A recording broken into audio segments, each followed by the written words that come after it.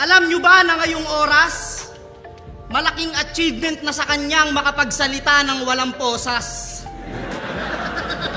Ano naman? Walang pulis, walang hostage.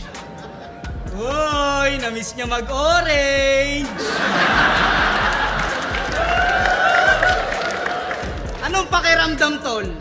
Di ba nakakaulol? Tuwing Pasko, iba na aalala mo pag nakakakita ka ng parol? Kasi nakulong na to dati. Sa kakatulak nga ng agord. Boss, ang hiningi ko, old god. Binigay mo sa akin, drug lord. Napanood kita sa TV. Nung ikaw ay nasa kote. Hiyang-hiya si Gago, parang gusto niyang maging sayote. Paanong hindi makukulong? Eh, ubod ng kamote. Puta, nasa bibig niya yung tutero, tas di raw siya kasali.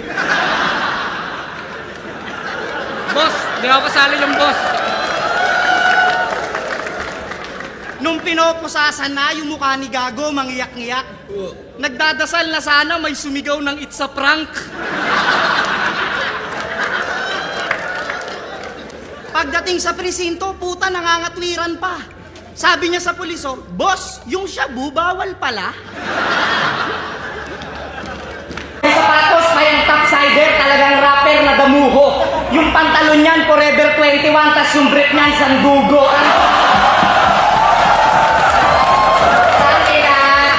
Tangina kasi, ba't pasigaw kayo ng sigaw? Ang sarap nyo saksakin ng pencil. Kayong dalawa nila, kayong dalawa.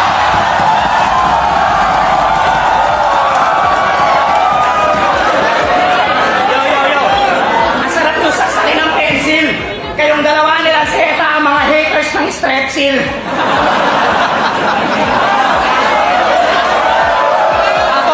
Tapos, tumakasigaw pa sa laban, kala mo talaga super gangsta na siya. Samantalang pagtatae ko sa gabi, nagpapasama sa mama niya.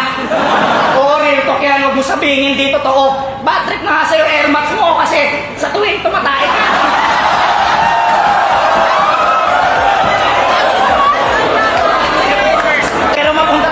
Nico, putang ina! Pero mapunta tayo kay Nico!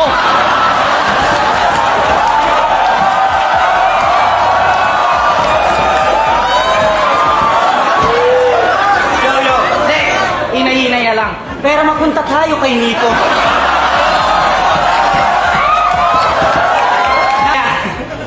Sabi niya kay Kjap, sobrang tindi niya raw para daw siyang naglakad sa simenteryo kasi lahat daw ng madaanan niya patay.